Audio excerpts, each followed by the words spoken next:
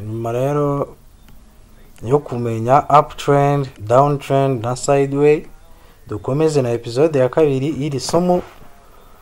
Episode ya kabiri y'iri somo rero tugiye kubanza twige kureba level zikomeye, na ama level akomeye, level z'aba sellers ndetse cyangwa se level z'aba buyers n'uburyo bwo kuzimarking. So twagiye ikintu cya mbere ugomba gufata hano, ikintu cya mbere ugomba gufata level,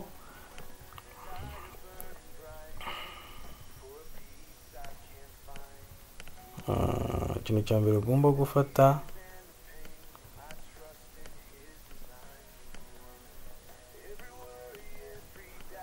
iyo umuntu agiye kumarkinga level agenderaho. So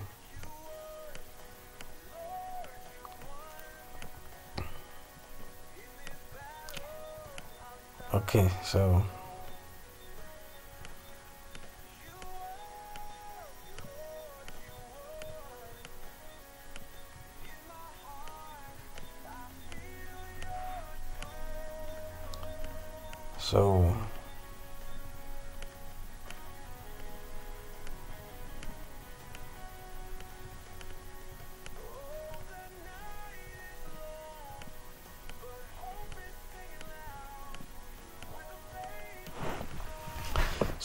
iyi ni level yacu, tugiye kwiga ku marking level.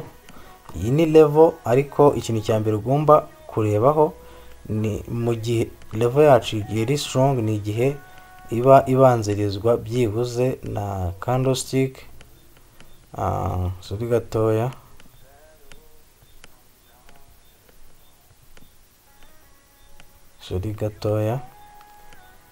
okay.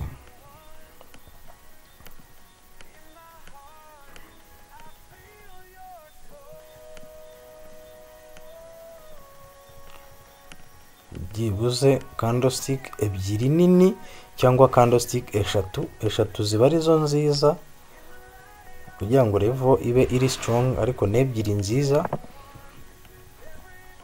wazireberaho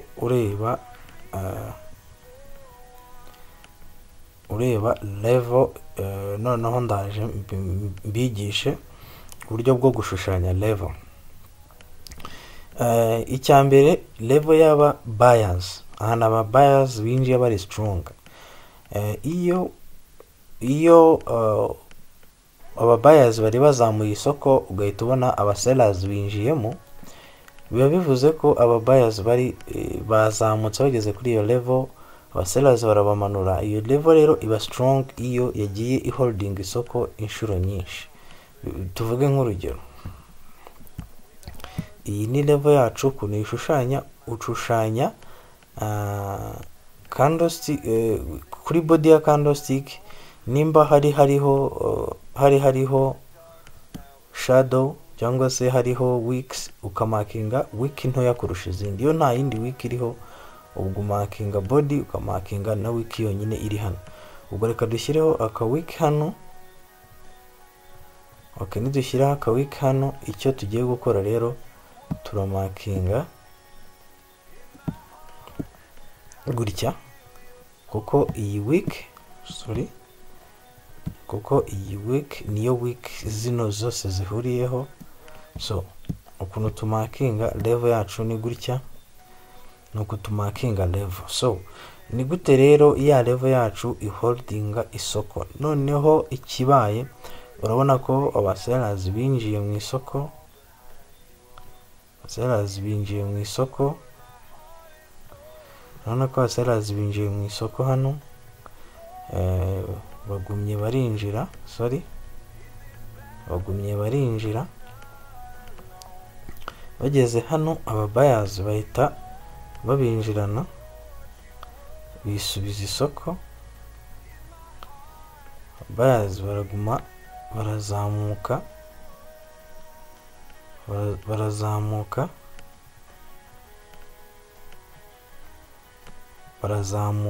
bafungirana bo mu isoko. ubwo ni nako urumva nyine n'ama wicks agenda aza, niko n'ama wicks agenda aza.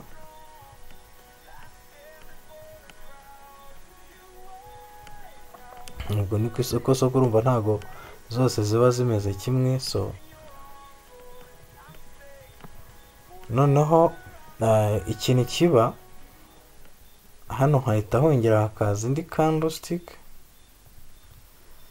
ariko iyi candlestick iyi forma hano urugero ishobora kuba ari candlestick yaba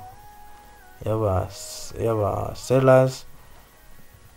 Iyi level rero ibiri kugenda iba strong, ndaje tubirebe nyuma.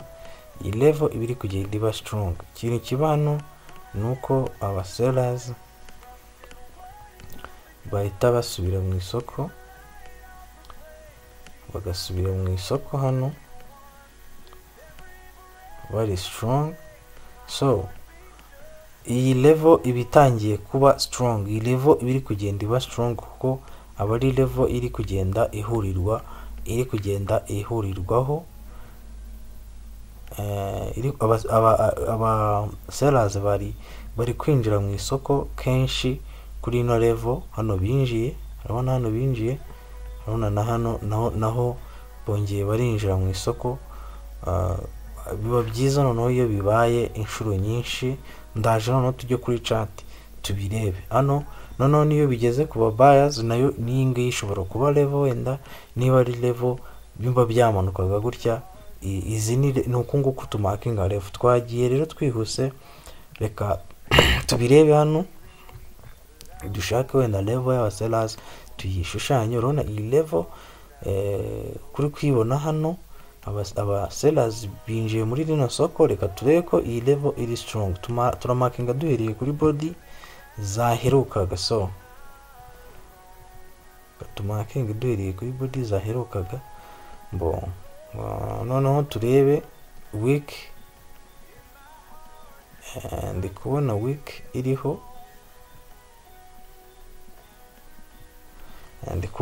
iriho, ariko reka turebe.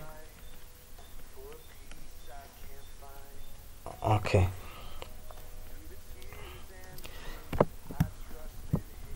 birasaba ngo tuzuminge cyane, ariko hari aka week kanga upper week. Iyi niyo level yacu y'aba sellers. Nureba neza izi aba ari level zagiye zi holding market igihe kinini. Nimba uri kubibona ntago bari ya level gusa iri aho, aba ari level yagiye i holding market cyangwa se ifata market igihe kinini. Nureba ntago bari level ako kanya ivutse ngo iba ari ya level iri aho ngaho. So reba hano market yamanutse, urebye igeze hano ikora aka pullback gatoya, ihanira breaking, igeze hano irongera irasubira inyuma, igeze hano urabona ko kaba kagiye bari level yagiye ituma market. Urabona nkanga naho yaje isa nk'isubira inyuma gatoya, ariko irakomeza. Reka tuhihorereho. Urabona ko dukomeje, reba yageze hano irongera iyi level. Noneho hano tuvuye aha twagiye, urabona ko yageze hano, igeze kuri level irongera isubira inyuma. Aba ari level iri strong ku buryo iyi level ushobora kuyifashisha ugakora trade. Urabona hano nubwo isoko ryaharenze, ariko nureba ko bitewe nuko isoko ryongera ikongera rikamanuka ryahise, urabona ko ryageze hano risa nkaho ribuze balance, rirengaho rirazamuka, ntiryafungiramo hano, hazamukamo iyi candlestick, ariko biranga isoko riramanuka. Nukora ko aya ma level aba ari ama level ari strong. So reka turebe indi level, dushushanye indi level, turebe wenda level y'aba buyers. Ikindi kandi ngiye ukuntu ndeba level ku giti cyanjye, ariko nawe wagira ubwo, ariko nakubwiye ko ari candlestick byibuze ebyiri nini. Yarebye aba ari nini nk'izi ebyiri nini, burya izi zakora iyi level. Reka nawe tuyirebe ko level zigomba kuba ari level zi holding market. Ni ukushushanya, ureba level week zihuriyeho. So nureba hano iyi level market yazamutse, iraza hano irongera, uri kuhabona iramanuka igira resistance, nureba ko ubona ko iyi level yagiye igira ute, yagiye ituma market igenda holding. Nuko nguko dushushanya ama level ari strong. Ibi rero ni iby'ingenzi cyane kumenya aho isoko rya rishobora gukora pullback cyangwa se turabyiga, turagenda tubyiga, turacyari kwiga. Iyo umuntu ari kwiga agenda afata tuno tuntu twose. No gutradinga ukombininga reasons zose cyangwa se ukombininga ibintu byose uzi, none ukajya wafata trade iri high cyangwa se iri buze kuguhereza amafaranga mu buryo bwizewe cyangwa se mu buryo probability iri hejuru. Muri trading urumva hari igihe wibeshya ariko wakoze ibyo wagombaga gukora, cyangwa se akaba harimo news, harimo amakuru ashobora gutuma ibintu wari wateguye bitagenda nk'uko wabiteguye.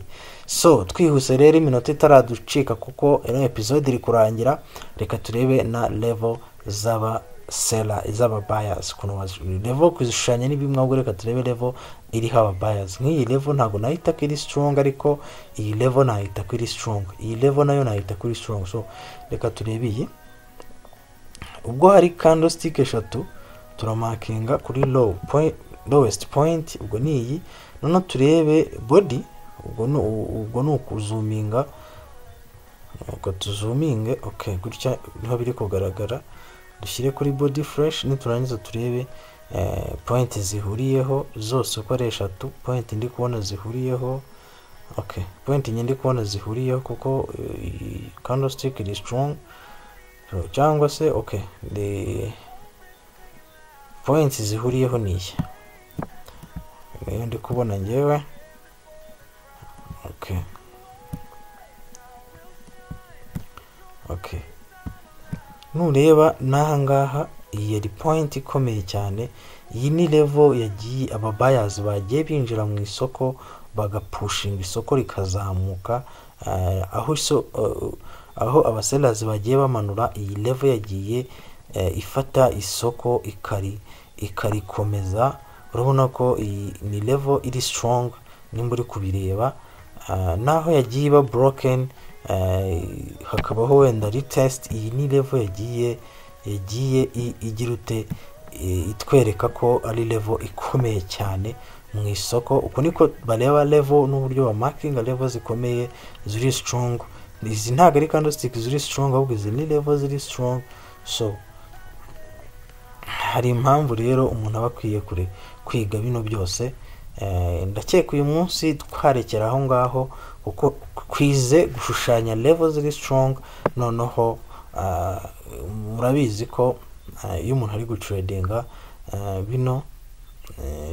bino byose aba agomba gukombininga amarezo cyangwa se abagomba kureba. Urabona nkanga hari harimo sideway, isoko aho uri kujya turi kuhareba.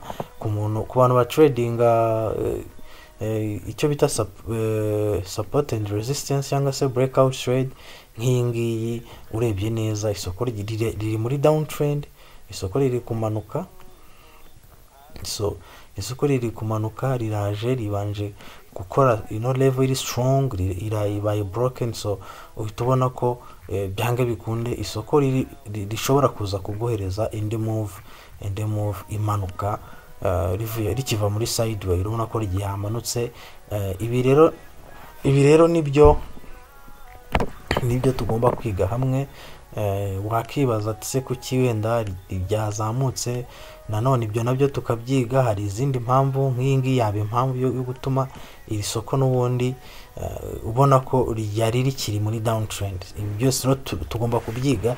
Mugume kuri no YouTube channel, kandi kuri subscribe, ndetse mugume mushyigikire. Ikindi ku bantu bakeneye kwiga, urumva umuntu ukeneye kubyiga mu gihe gitoya kabisa, haba hari shortcut umuntu yagucishamo ukabyiga, ukaguma unihugura ariko uri no kwinjiza agafaranga. So wanyandikira, nimero ziri muri description ya channel, ukanyandikira tukavugana, nkakubwira igihe njya mbonekera ko njye nigisha online. Ntago ari ngombwa ngo duhure cyangwa se ngo uve mu rugo rwawe. Hari uburyo mbikwereka ukiga online ukoresheje tablet yawe, telefone yawe cyangwa se machine yawe, kandi bitaguhenze. So wanyandikira tukavugana kuri WhatsApp, umpamagara ari igihe ntitaba, ari igihe ntaboneka, ariko wanyandikiye ukanambwira n'impamvu nyandikiye, aba ari byiza, ndakwakira tukavugana, nkaguha na nimero wambonaho bisanzwe. So mwakoze kubana nanjye.